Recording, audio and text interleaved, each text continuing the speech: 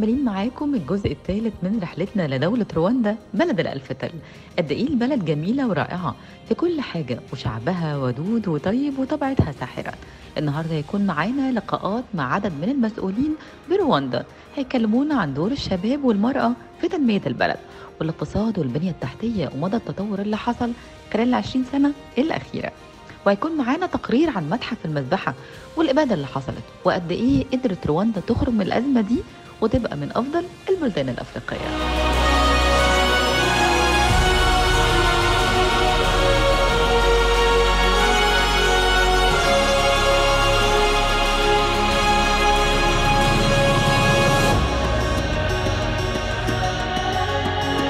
المكان اللي أنا موجودة فيه النهاردة هو متحف المذبحة ضد قبيلة التوتسي. الحقيقة يعني هناخد حضراتكم في جولة في المتحف. هو اتعمل لسبب مهم جدا، هو عشان ما ينسوش تاريخهم، قد ايه هم تعبوا، قد ايه هم عانوا من 1994 28 سنة تقريبا لحد 2022. البلد تطورت، البلد أخذت مراكز عالمية على مستوى الاقتصاد، على مستوى النظام، على مستوى الاستثمار. كتير من التجارب في رواندا.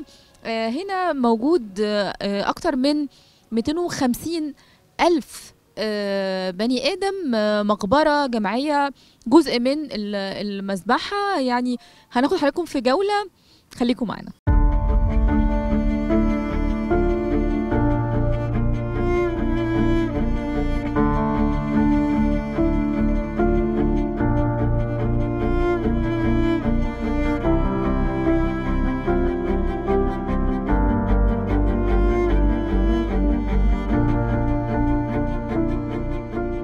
مشاهدي زوم أفريقيا، برحب بحضراتكم واحنا لسه مستمرين معاكم في حلقتنا الخاصة من كيجالي عاصمة رواندا.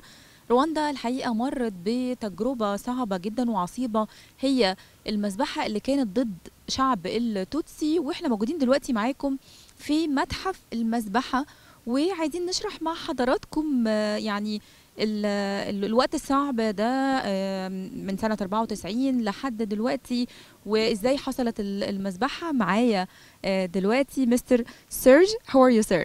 I'm well. Can you introduce yourself, please? Okay, well, so my name is Serge Rwigamba. I'm a senior guide and engagement head office here at Kigali Genocide Memorial. Okay, if we start talking about this place, it's well, so the place we're at was here since 1999. That was 5 years later after genocide, and that was a time when families were busy collecting part of the bodies of their loved ones 5 years later after the tragedy. And it was also the time when the country had started the process of justice, and then the first burial activity took place here in 2000, and it went on to have 250,000 people buried, and those were the victims of genocide that have been collected from all the way around from the city of Kigali and the surroundings of the city. Okay, this 200,000, it's here, right? Yeah, it's 250,000 people buried on the ground over there. Okay. Yeah, so we also have like a wall of the names to honor those we lost, and different gardens around as well. And also the work of keeping memories continued, because that was the main purpose, one of the main purposes for the place to be created. But also we stepped in by preventing genocide through educating about its root causes. Yes. And this journey started when the former mayor of this city went to visit a Holocaust center in the UK, and he met two brothers, James Smith and Stephen Smith, who had built the first Holocaust center in the UK, and they've made an agreement, an MOU with the Kigali City Council to have a genocide living memorial that you've visited today. And the work started in 2001.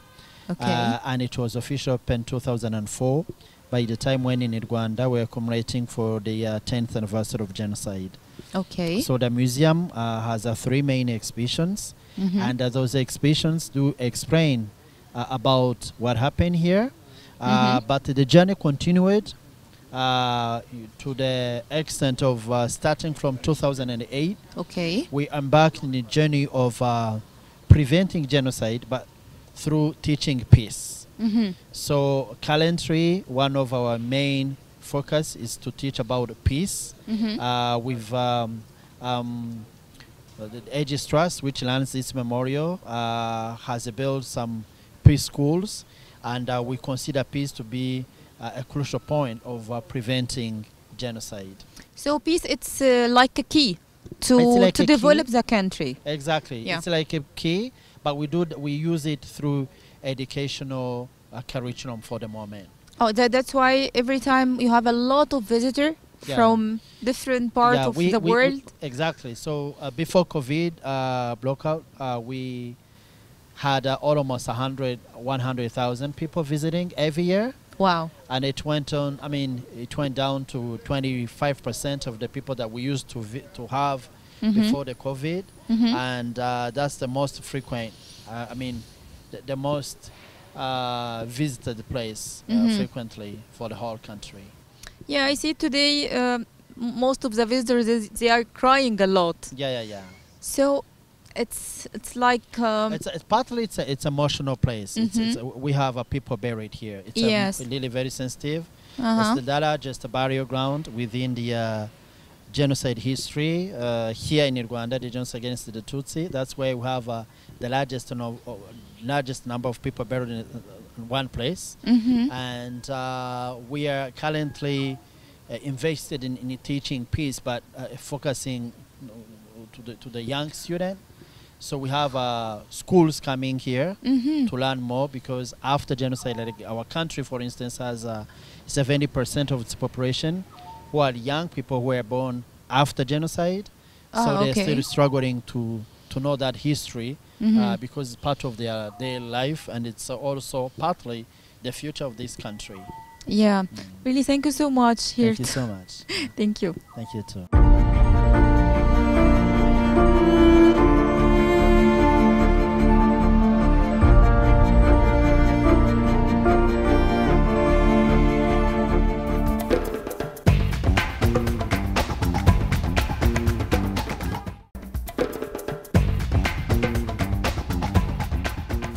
Welcome once again, Zoom Africa here in Kigali. And now we have interview with Mrs. Patricia Awasi. She's Minister of State in Infrastructure.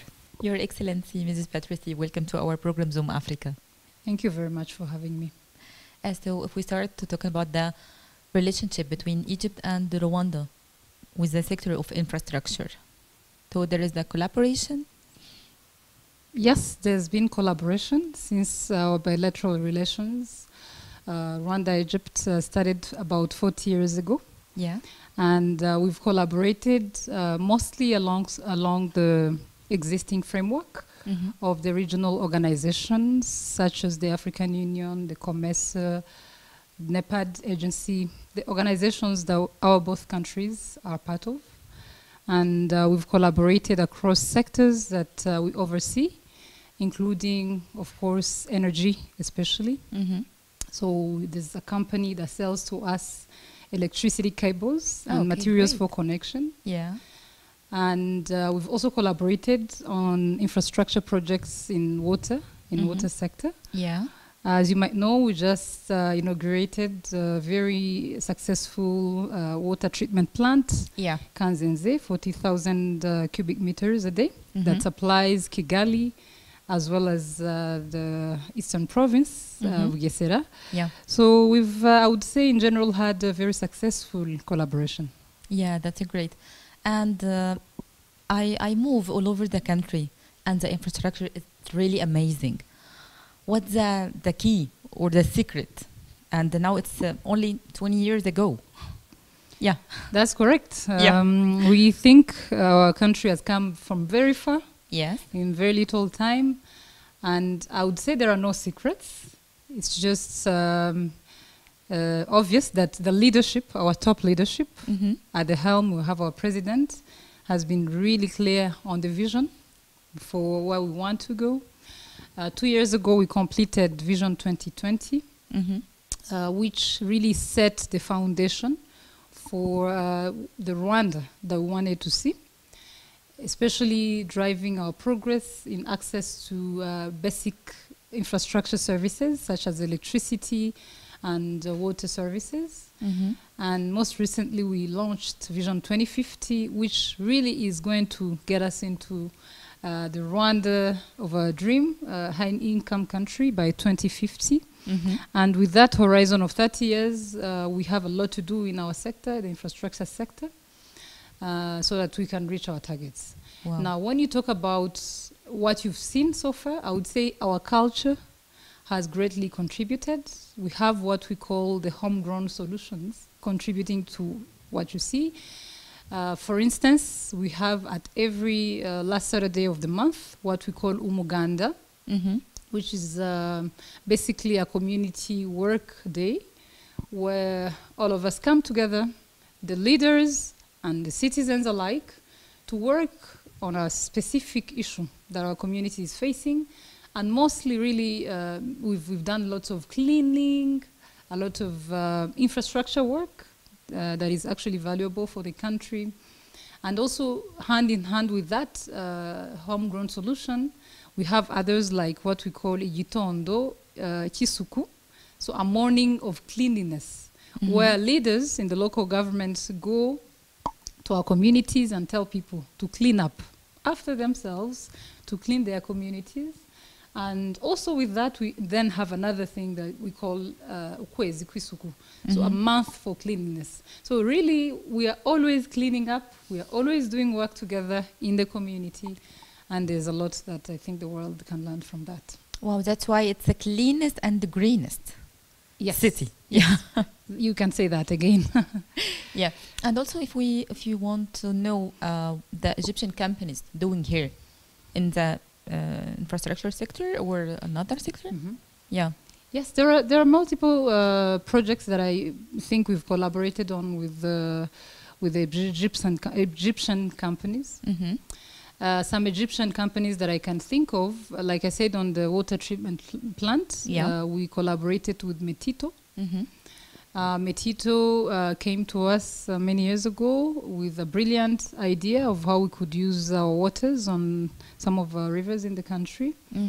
And we worked on this project together. It's a PPP. It's in fact one of its kind in sub-Saharan Africa. So it's the first time that there's been a PPP in the water sector.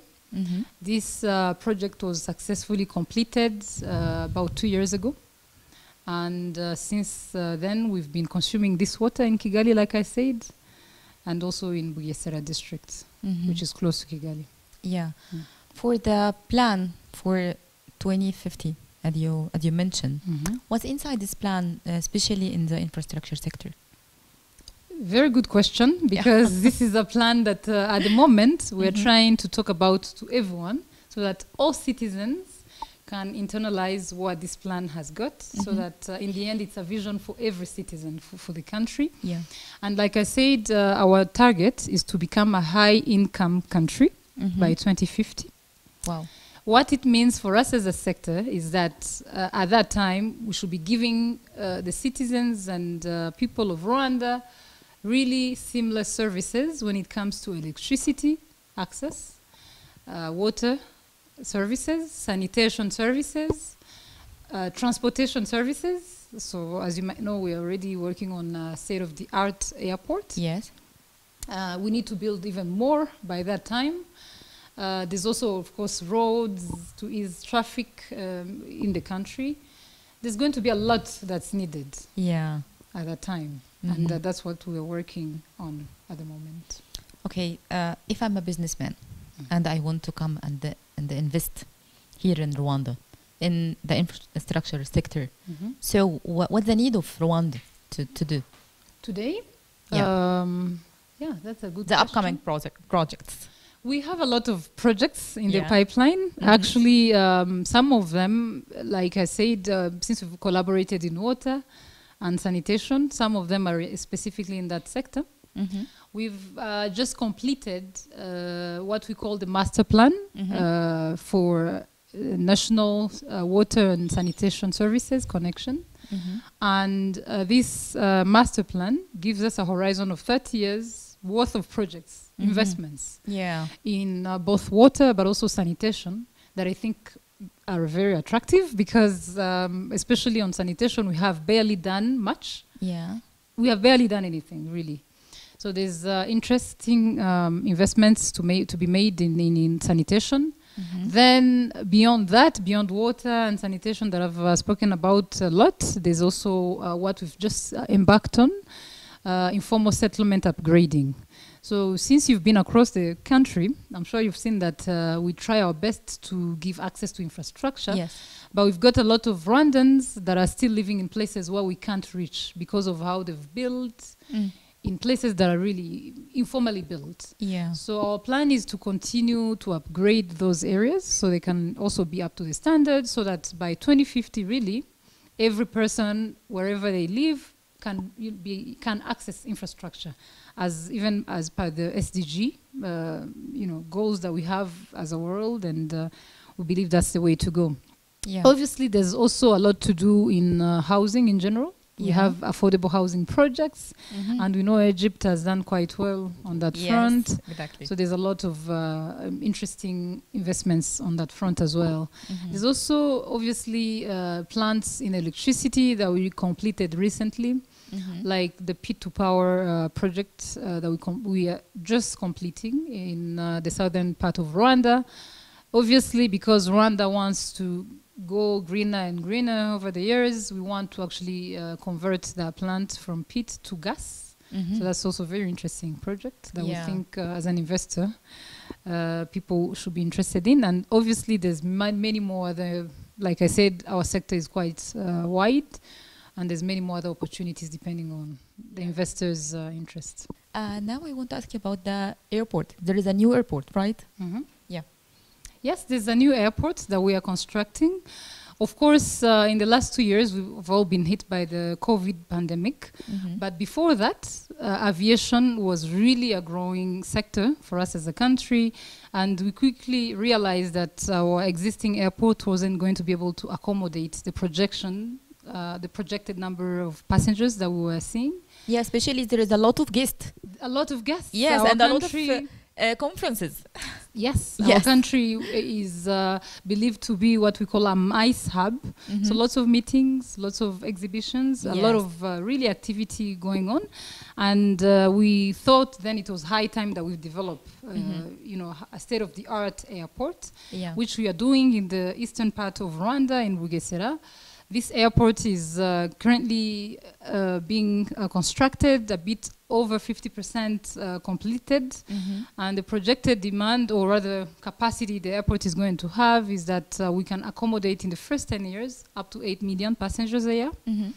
And at full completion, we were able to even extend it to accommodating about 14 million passengers. Wow. So this is going to be a really huge infrastructure, and we've made it really world class so that this can serve for a long time. Wow, great. So as a woman, how do you see now the government empowering women to be in charge of a lot of key places? That's also a good question, because our country, global reports have it that it's the best place to be a woman. Wow. And especially to be a woman in government. I personally have enjoyed this and believe that there's a lot of efforts that are really made to ensure that this is a very conducive and fulfilling environment for women. We are encouraged to be everything that we are, as women, and really develop both as women in government, but also as women on all spheres of our lives, which I really personally enjoy today. You're lucky, Your Excellency. I am lucky, I believe it. So really, finally, thank you so much, Your Excellency Patricia, to be with us in Zoom Africa. Thank you for having me. مشاهدي زوم أفريقيا، فاصل رجع لكم تاني.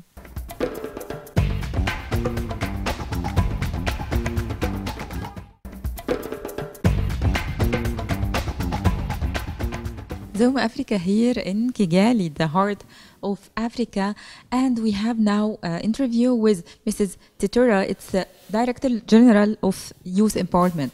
Welcome to our program, Zoom Africa. Thank you.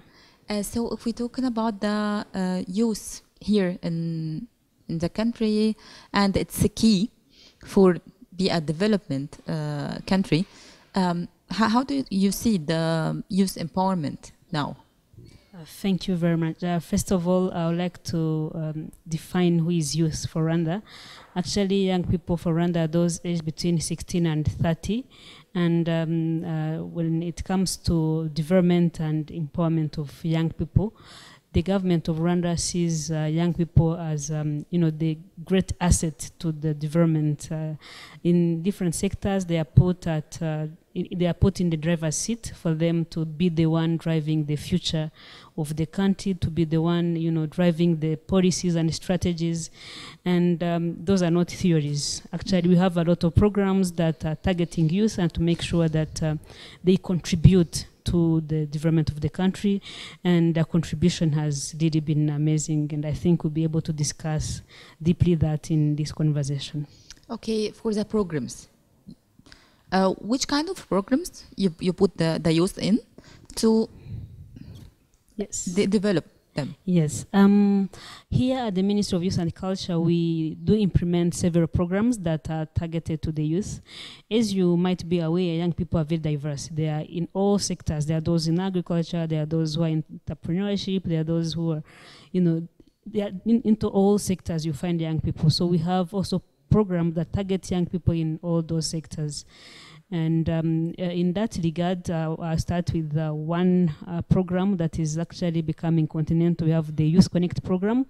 And the Youth Connect program is a program that is aimed at linking young people with opportunities, with their mentors, with financial opportunities, and all that. Yeah. And under that program, we have several components. We have what we call the Youth Connect Convention, which is a platform to bring young people together with the leaders and the role models, and to be able to contribute to policies and strategies. We have what we call in Rwanda the National Council. It's Umushyikirano in Kinyarwanda, where the leaders, the president himself and other leaders, they meet with the population to evaluate the achievements they've made in the year.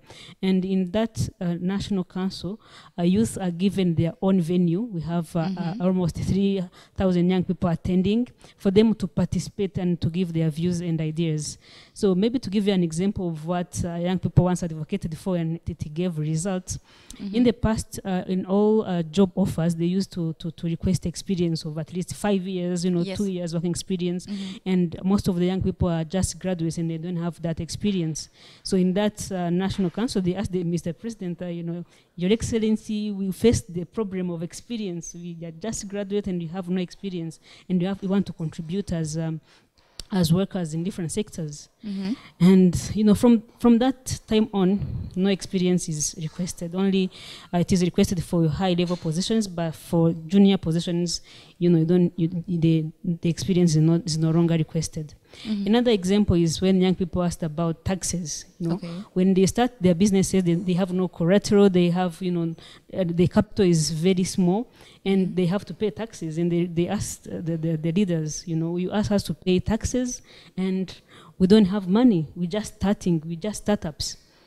And from that time on, the government put in place a position whereby young people, when they start businesses, they don't pay taxes for 2 years. Oh, great. So that's the Youth Connect Convention, where young people meet with the leaders to discuss, and they ask relevant questions to their development. Another component is the Youth Connect Awards. It's a competition for young innovators, entrepreneurs. It's organized from the grassroots level, where young people from the sector level, which is one of the lowest level of leadership, they compete, and the winners go to the district level and to provincial level, and then to national level. We select top innovators, those with best innovations. They go through a boot camp of 5 days to refine their businesses, and then they compete to select the top winners, and they get awarded. They get the financial support to implement their projects. Yes. We have another component that look at young people in environment conservation. competition. That program is called Eco Brigade, where we work with the Ministry of Environment and the Ministry of Local Government. Rwanda is a hilly country. We have a lot of hills. Actually, we call it 100 over 1,000 hills and yes, I know. 1,000 opportunities.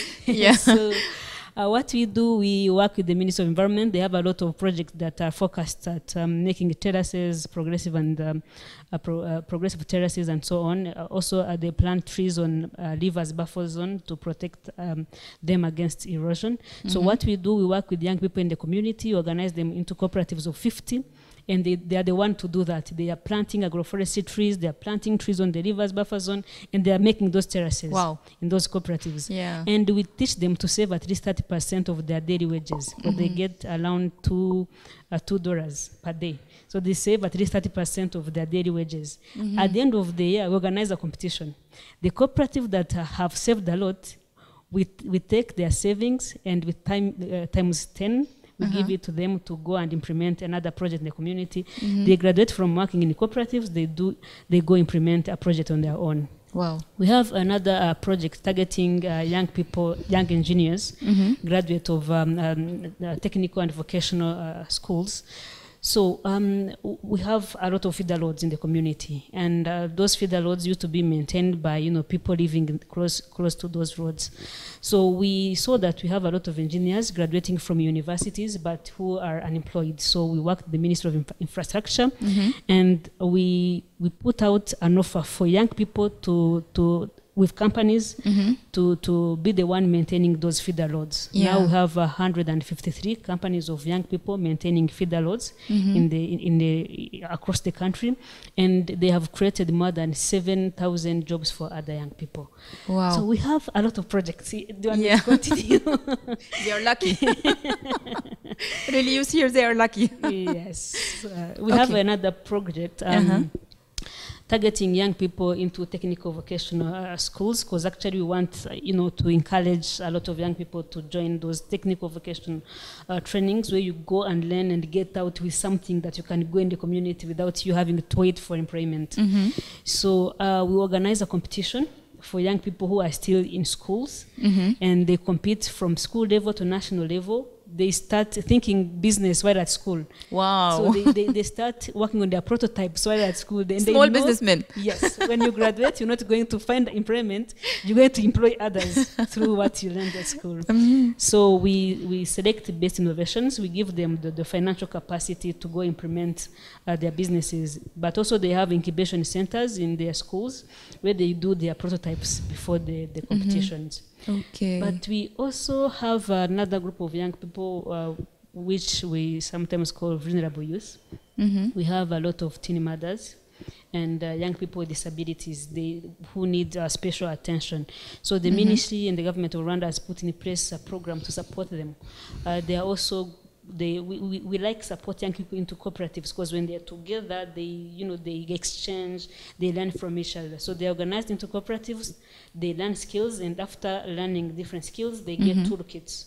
So if they've learned tailoring, they'll get tailoring machines. If they've learned hairdressing, they get hairdressing materials. If they've learned shoemaking, they get shoe making materials.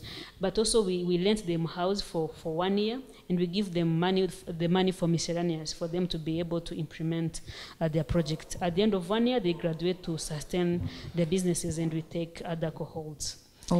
Last but not least, we have youth centers across the country, and in those youth centers, we offer different services. Young people get different services, from health to entrepreneurship to job desk, for them to learn where jobs are, to computer skills, for them to be able to know how to use computers. Even those who have not been to school, they get to learn to use Word, PowerPoint, and so on, but also to use internet. How do you leverage the internet to get other opportunities across the globe and so on?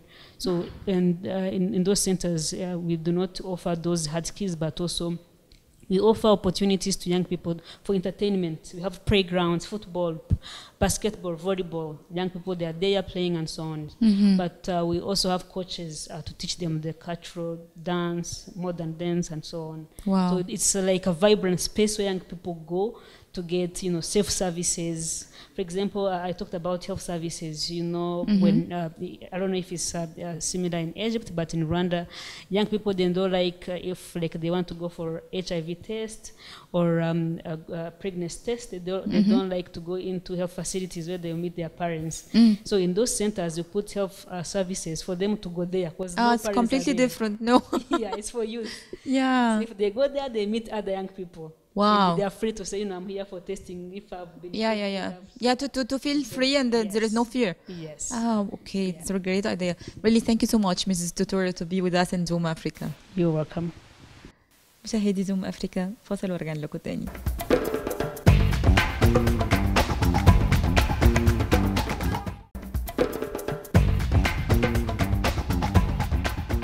Now we have an interview with the Honorable Ada. It's a Deputy Parliament Speaker. Welcome to our program, Zoom Africa. Thank you. Thank you. Now I will start in a very interesting question for myself about the women. In the Parliament, it's 60%. It's amazing. It is 61.3%. Wow. Yes. So it's very big number. Yes, you are the first in the world. Really? Yes, the Parliament of Rwanda is the first in ranking, of women representation. Okay. Yes. Yeah, but it's amazing. It is. It is. Yeah, and how is the government supporting women a lot to do that, to be in charge of a lot of key places? It's not only about government, because as we know that the government has three branches: the executive, legislative, and judiciary. Normally, as you know, all those branches are working together, even if they work separately. Yeah. But the goal is the same for the country. The vision is the same. Our vision is promoting human rights, promoting the development of the country. And when we are talking about the development of a country, you should not leave anybody behind. Yes. Women also are part of are good partners for the development. Yeah. That's why in my country we recognize also the capacity of the women, and it comes from the political will, from the highest level of our country, from the President of the Republic, His Excellency Paul Kagame, recognizes and understands very well the role that women can and are playing in the development of this country. And what is needed normally in any country and any institution is just recognizing that you are human beings, all of us. Yes. And that everybody has her or his role to play to develop a country. Yeah. It's just a question of just recognizing it and have space. Have Yeah, space. of course. Yes. Yeah, and what about the role of the Parliament doing after 1994? The role is, the Parliament normally is there for legislating and also oversee the government's activities. And what the Parliament also have been doing, like I said, it's not working alone. We are together in that vision and in that work, and it means that the Parliament, the role of legislating, when it comes to that role, then it plays a role of enacting laws that can give the opportunity to the women also. Like I was saying that human rights, women's rights are also human's rights. Then when you are enacting laws, you are thinking about all the citizens, Yes, and the exactly. women are among those citizens. Also, withdraw the roles that we used to have, which were discriminatory to the women. But also the government played also a role in unity and reconciliation, as it was also one of our principles as a country which was coming from genocide against Tutsi. Then we had also to see how to foster social trust and social cohesion among the citizens. And that's how we really brought people together as representing our citizens. We could even go on the field to sensitize the citizens to that goal, and to see also to sensitize women that they are also needed and capable in the leadership. Because sometimes, even if we are the first in the world, but even if we have that political will, we had also to sensitize everybody to understand and go together. Because you could also see some women maybe hesitating, because we used to have also cultural barriers like many other countries, but because the women were there, some of them were widows. They had also, you can understand better, because it's after genocide against Tutsi, and it means many men were already killed. We had a very big number of women without husbands. They were going to play a role of managing the homes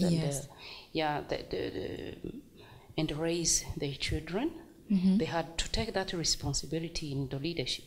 Then that's how we could sensitize people and see that also, if we are able to manage our homes, to manage our house, why not in the politics? Why not in other fields, economic fields? We have many institutions where women are playing a very big. Any cooperation between Egypt and the Rwanda Parliament? Sure, because we with Egyptian Parliament we meet as parliamentarians in different organizations or different interparliamentary organizations, and we meet in IPU, Interparliamentary Union.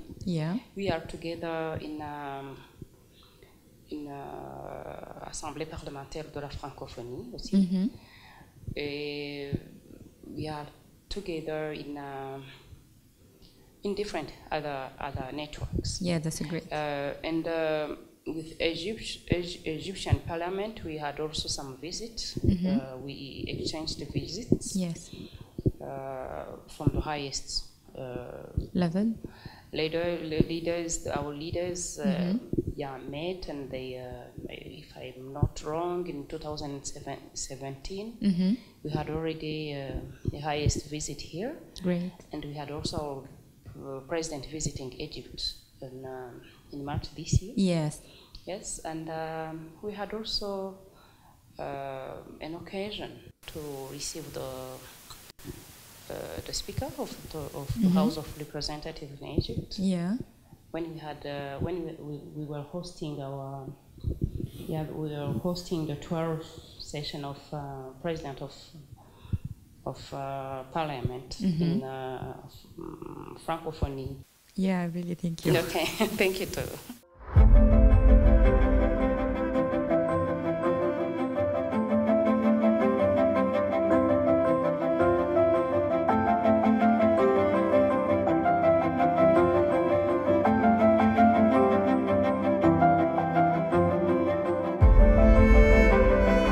مشاهدي زوم أفريقيا، خلصت حلقتنا وجولتنا النهاردة في بلد الألف تل، البلد الجميلة النظيفة المنظمة. رواندا تجربة محترمة يحتذى بيها، فعلا قدرت تخلق جيل جديد واعي، قدرت تخلق رواندا قوية. استنونا جولة جديدة، بلد جديدة، بس في زوم أفريقيا.